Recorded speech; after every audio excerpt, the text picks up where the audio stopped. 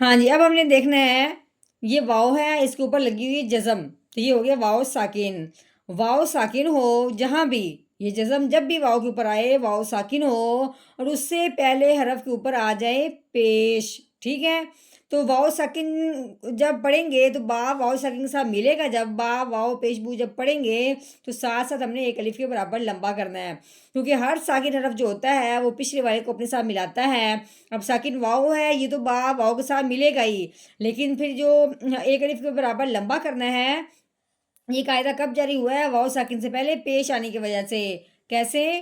با واؤ پیش بو تو کریبو، یہ لمبا کیوں کر رہے ہیں؟ واؤ ساکن سے پہلے پیش آنے کی وجہ سے۔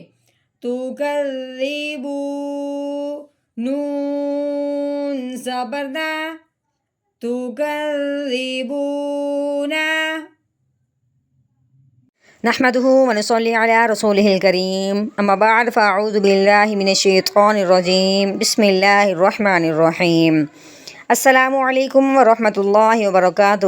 امید ہے آپ سب خیریت سے ہوں گے، انشاءاللہ جہاں ہوں گے ایمان اور صحت کی نعمت سے مالا مال ہوں گے۔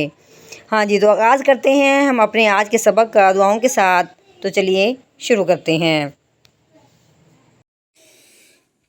اللہم صلی علی سیدنا و مولانا محمد وعلی آل سیدنا و مولانا محمد وبارک وسلم۔ رب اشرح لی صدری ویسر لی امری واحلل عقدۃ من لسانی یفقہوا قولی۔ رب زدنا علما، رب زدنا علما، رب زدنا علما۔ اعوذ باللہ من الشیطان الرجیم، بسم اللہ الرحمن الرحیم۔ ہاں جی، کاف کے اوپر پیش لگی ہوئی ہے، آگے نون، نون کے اوپر جزم آنے کی وجہ سے نون ساکن ہو گیا۔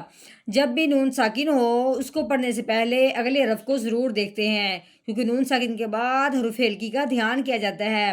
اگر تو نون ساکن کے بعد حروف ہلکی آ جائے تو پھر نون ساکن پہ غنہ نہیں کرتے، اگر حروف ہلکی میں سے کوئی حرف نہ آئے پھر نون ساکن پہ غنہ کرتے ہیں، وہ بھی کون سا؟ اخفا کا۔ اب نون ساکن کے بعد آگے تا دیکھا ہے، تا حروف ہلکی میں سے نہیں ہے، اس لیے اب ہم نے نون ساکن میں غنہ کرنا ہے، وہ بھی کون سا؟ اخفا کا۔ کیسے پڑھیں گے؟ کاف نون پیش کو، ہاں جی، تا کے اوپر لگی ہوئی ہے پیش، آگے پھر میم ساکن ہو گیا، میم کے اوپر جزم آنے کی وجہ سے میم ساکن ہو گیا۔ ہاں جی، اب ہم نے کیا کرنا ہے؟ تا کو میم کے ساتھ ملانا ہے اس جزم کی وجہ سے۔ جب بھی میم ساکن ہو اور اس کے بعد با آ جائے تو میم ساکن پہ غنہ کرتے ہیں۔ کیسے کریں گے؟ تامیم پیش تم، تم، ہاں جی، آگے با کے نیچے زیر آ گئی، تو کیسے پڑھیں گے؟ با زیر بی، ہاں جی، اب ہاں کے نیچے کھڑی زیر ہے، یہ کھڑی زبر ہو، کھڑی زیر ہو یا الٹا پیش ہو، وہ جہاں بھی آئے جس حرف کے اوپر یا نیچے آ جائے اس حرف کو ایک الف کے برابر لمبا کرتے ہیں۔ تو کیسے پڑھیں گے؟